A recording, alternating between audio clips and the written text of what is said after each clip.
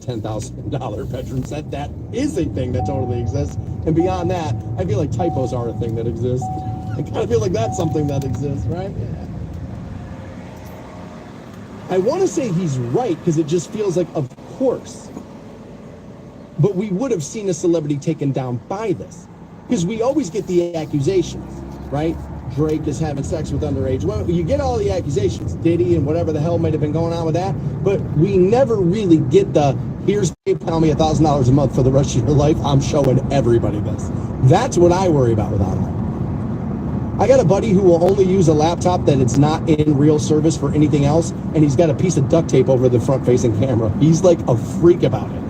And I said, man, at this point, aren't you better just going to the DVD store and buying your pornography?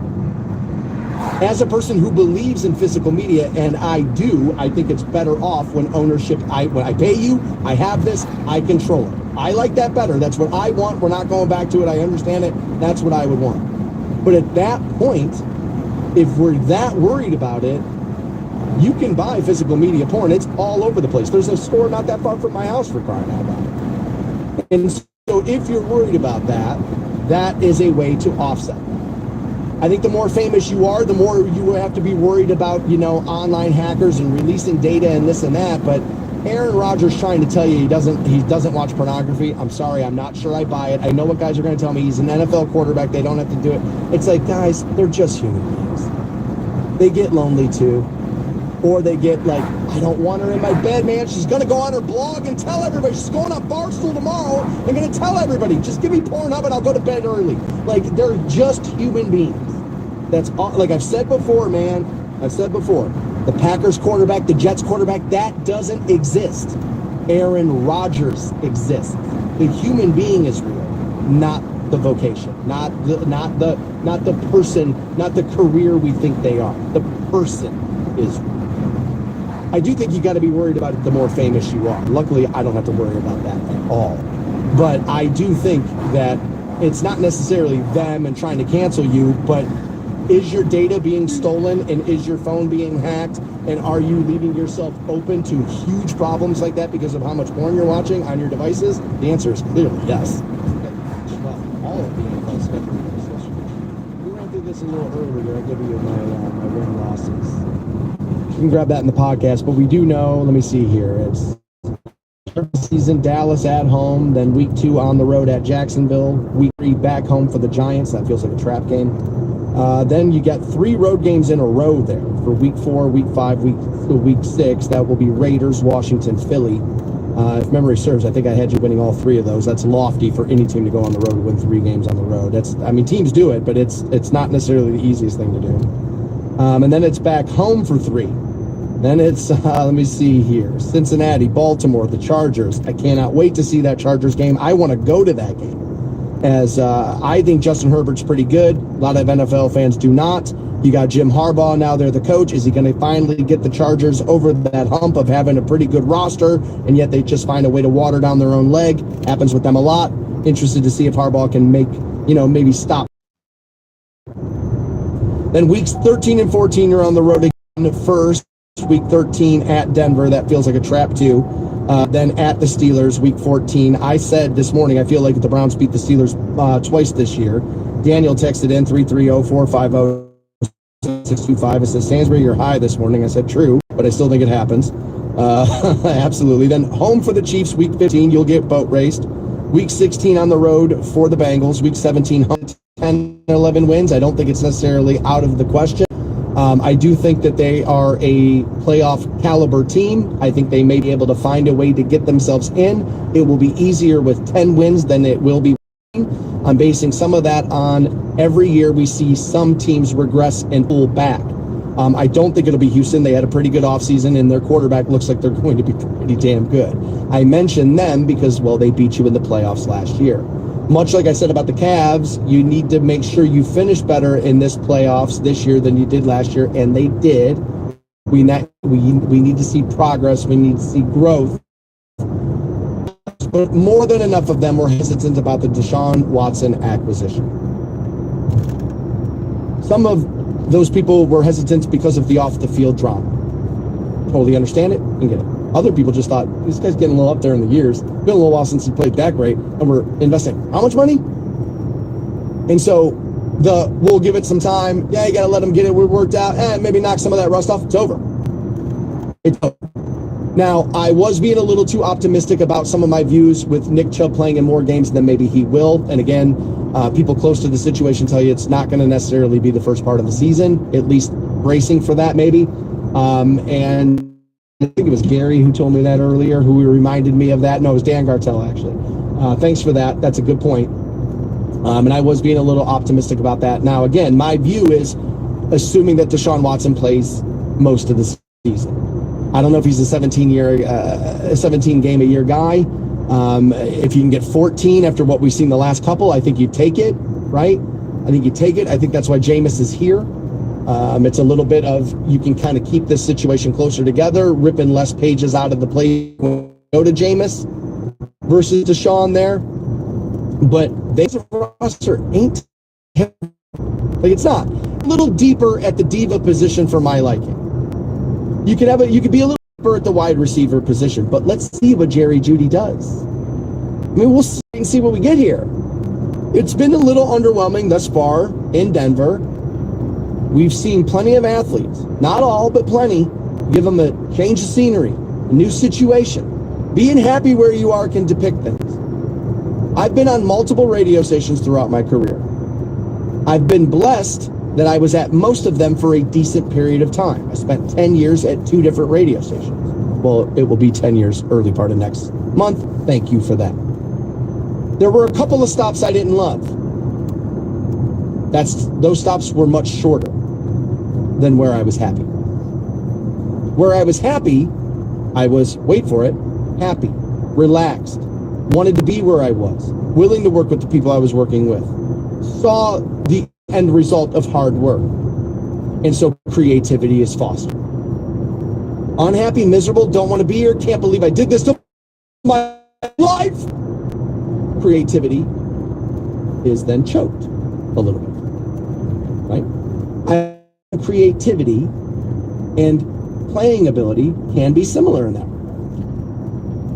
It's a lot of optimism I'm throwing into Jerry Jeudy's career right there. It's a lot. And I know I'm not normally an optimistic person, and I'm not. But I've been a Browns fan my whole damn life, man. I need a little bit of something. You know what I mean? Like, I just need a little bit of something. I just need, just give me a little bit there. A little bit there. And yeah, I think it's probably closer to 9 wins than it is 11. I think they're going to be hovering around a playoff team and can get in. It will be easier if you win 10 or 11 games than obviously if you only win the 9. Also, I said I feel like Cincinnati can be pretty good if you get Joe Burrow back, but let's not forget, man, they lost a lot of guys down there. He's a pretty damn good quarterback, but he's shown you health issues pretty much every year he's been in the league. And they lost a lot of damn good pieces down there. Now, did they fill some gaps in free agency and in the draft or whatever? I'm not going to pretend to be in the Bengals war room in the draft and know every pick they made. But I know a lot of draft picks bust. As a matter of fact, they say it's most. So they lost some studs, and they got a couple of other studs who were still there but ain't real happy about it. You can poison the well fast. So Pittsburgh's got this brutal schedule at the tail end of their season, and Cincinnati's kind of, let's be honest, it ain't like they got a whole lot of things to be positive about with the Bengals right now other than the fact that they think Joe Burrow's going to play. That then will take a division that people think is tough, myself included. I'm not sure it's the toughest. It's going to be among the toughest, and that's what I said this morning. It will be among the toughest divisions in football. But if you got 2 teams in it who are like trying to figure themselves out, and they may not be what they had been over the last couple of years or the last 10, then yeah, you may be able to find yourself a little closer to the top of that division. I think most people around the country, and even Browns fans who are being honest with themselves, are still going to feel as if this division will run through Baltimore, right? I mean, I know nobody thinks Lamar is good, yet everybody thinks the division will run through Baltimore. But I think the Browns could get to 10 or 11 wins. I think it's more likely that they win 9, but I am always much more the guy who's like, let's wait and show it to me first before I throw my chips all in the center of the table. 6-9. Teresa will rock the bank with you again at 10. $1,000 keywords up for grabs all damn day. Get you the next one at 10 a.m. We talked a little bit about the NFL schedules. Those came out yesterday. And You know, it's always easy to be optimistic on schedule release day, and then you play one or two games, you're like, all right, got to go back to the drawing board. They're going to lose this one, they'll lose that one, they may win that one, right? Just kind of how it goes. That's why everybody likes playing the game. It's just kind of fun, right? John reminding me, he had texted this in, 330-450-7625, that around the league, people consider Cleveland to have one of the toughest schedules in the NFL this year. Yeah, I heard that a lot yesterday. I don't really see it that way. I mean, some of your toughest opponents you do get here. I would imagine. I have Dallas in that. I have the Chargers in that. They've always had the roster. They've had a coaching issue for about a decade. I kind of feel like maybe Harbaugh can get that turned around there. And the Chiefs, you play them all at home. The Dolphins, who have a pretty powerful offense, you play them at home. I feel like that's an advantage there. Now, the divisional games, you know you're playing one here, one on the road, right? I mean, that's the way that works. Washington, a team I think you could beat no matter where you play them, on the road, fine. Away at Philly is the game. I had the Browns winning week 4, 5, and 6, all 3 games on the road. Raiders, Washington, Philly.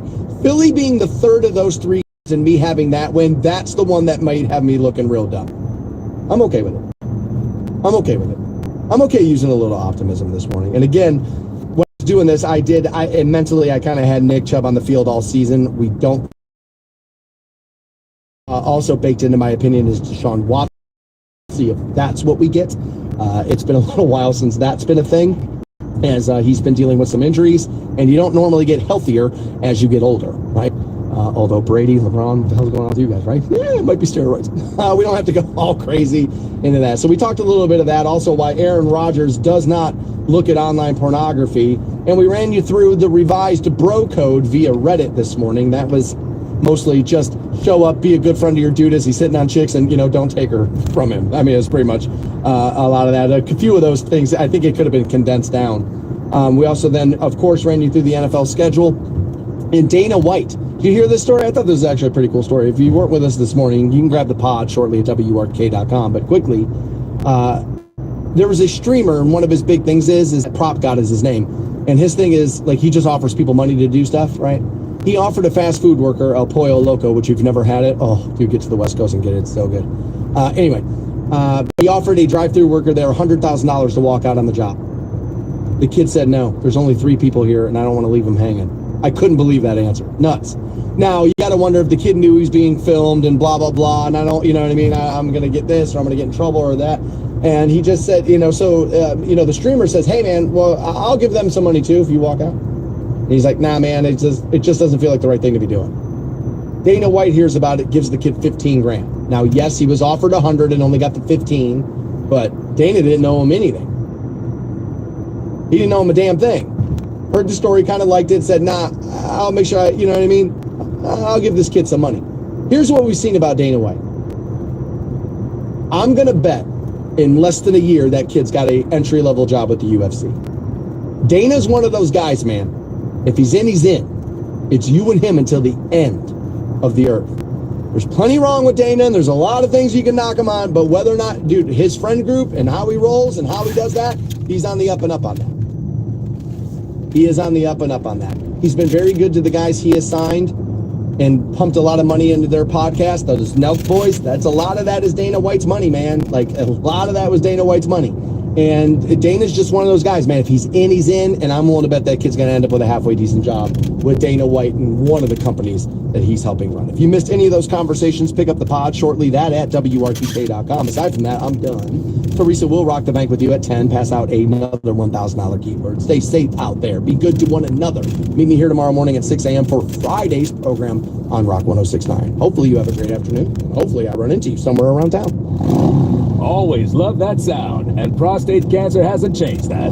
Today, I'm taking the time to ride again with some help from Nubeqa. Nubeqa, darolutamide, is a prescription medicine used to treat adults with prostate cancer that is spread in response to medical or surgical treatment that lowers testosterone, known as metastatic hormone-sensitive prostate cancer, in combination with docetaxel. In a clinical study, Nubeqa used with docetaxel and hormone therapy reduced the risk of death by 32% compared with docetaxel and hormone therapy alone. Serious side effects include heart disease and seizures. Tell your doctor right away if you have chest pain or discomfort, shortness of breath, loss of consciousness, or seizure. Nubeqa can harm unborn babies and cause loss of pregnancy. Use effective birth control during treatment and for 1 week after the last dose of Nubeqa. Common side effects were constipation, decreased appetite, rash, weight gain, and high blood pressure. These are not all the possible side effects. Nubeqa can help you live for what you love. Ask your doctor about a free trial of Nubeqa. For details, go to Nubeqa.com. That's Nubeqa.com or call 1-888-84-BAYER.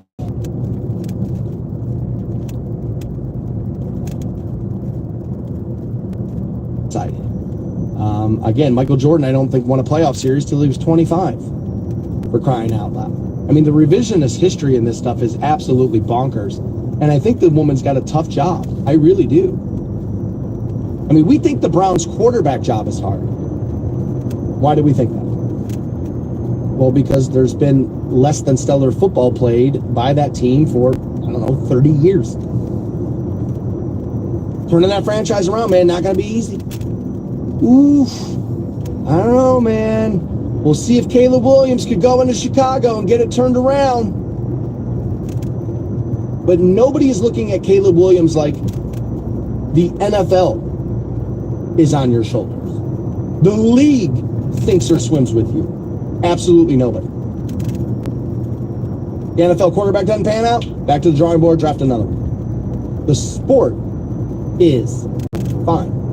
Now, if all of the quarterbacks were bad, now you got an NFL problem, right? That's going to be a huge problem. But a lot of the quarterbacks are really, really good. So it's must-see TV. Nobody's looking at these incoming NFL dudes like, make sure the sport survives. It's get this franchise turned around. And even that's hard. We'll even give some athletes an excuse. It's like, well, dude, turning around that entire culture, come on, you expected them to season? We're expecting Caitlin Clark to make the WNBA delicious tasting food every night of the week it's on. That's a lot to ask for a sport that most people do not care about, or at least did not care about. Doesn't make people awful that they weren't watching it. You can make this argument. A lot of sports on TV. A lot. How much time do sports fans even have to watch how many games? Right? You got the NBA, you got the NHL, Major League Baseball, you got NFL, a lot of games, a lot of stuff. Something's going to give, right? Like, something's going to give. Now, not all those leagues are playing at the same time as the NFL's not playing right now. Okay, fair enough. Fair enough. But Major League Baseball's on. Premier League Soccer's still going on. A lot of stuff out there. And we're all looking at this young woman like she better be able to make the entire WNBA float. That's insane.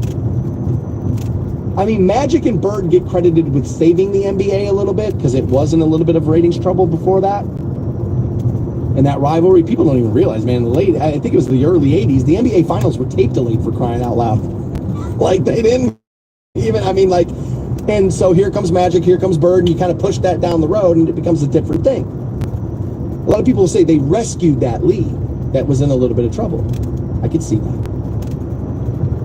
Not in my entire life have I heard of an athlete that needs to save sports. Outside of the Olympics, like, people have, kind of lost interest in the Olympics, but here comes this athlete. Okay, maybe that.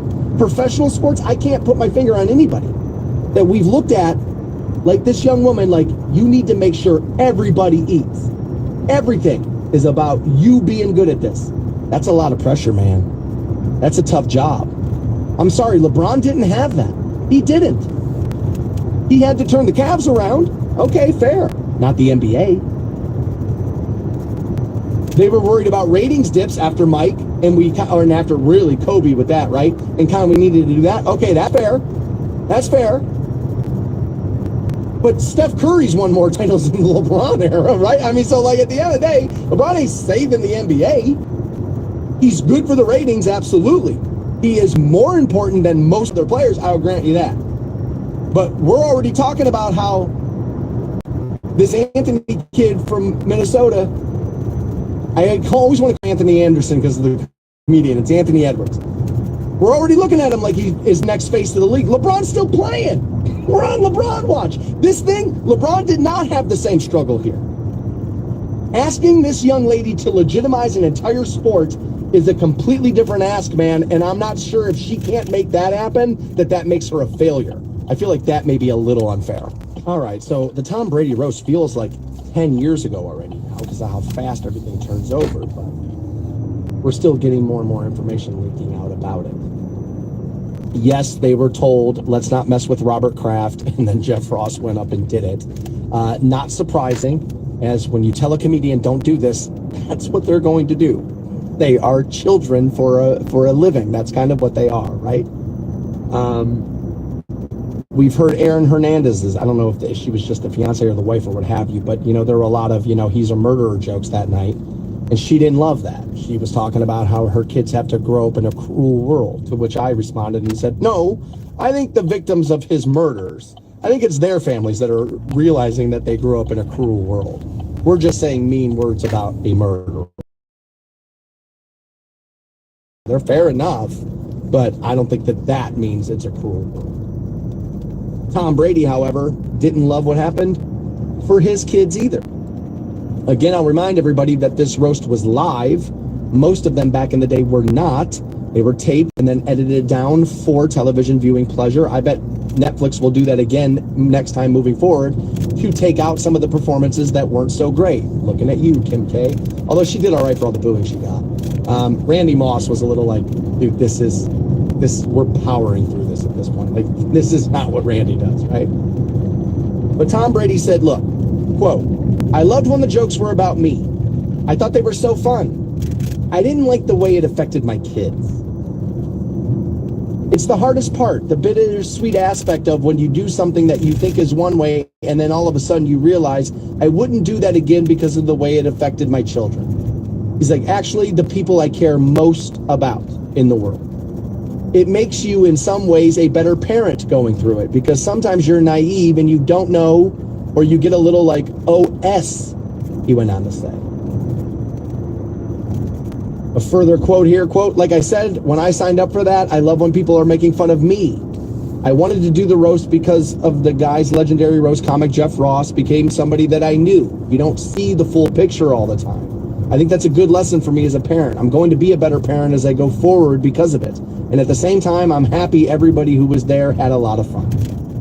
So I listened to a little Bert Kreischer and Tom Segura the other day. They were talking about it. And Tom Segura, I thought, brought up a really good point on the Kim Kardashian thing being booed. He said, dude, he's like, you got to understand, most people in that room were diehard NFL fans. That's what that room was. It's like the celebrities are the celebrities. He's like, but the people who paid to go, they were NFL fans. They were Patriot fans. And he's like, I don't think it's necessarily just Kim Kardashian. She is the embodiment of everything that audience hates, that the Hollywood takeover of everything, right? There's a little bit, and I'm willing to bet there is some truth in that, of why Kim Kardashian got booed. I thought that was an interesting point.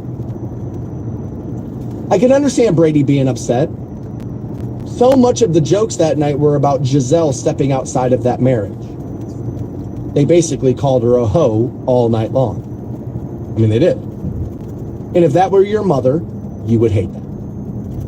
You would. And so I understand what Brady's saying here. I think what happened with that is going to have a lot of other people second guessing whether or not they should sign up to be the person to be roasted. You wouldn't believe what's going on in people's relationships. You would not believe what's going on in your best friend's marriage.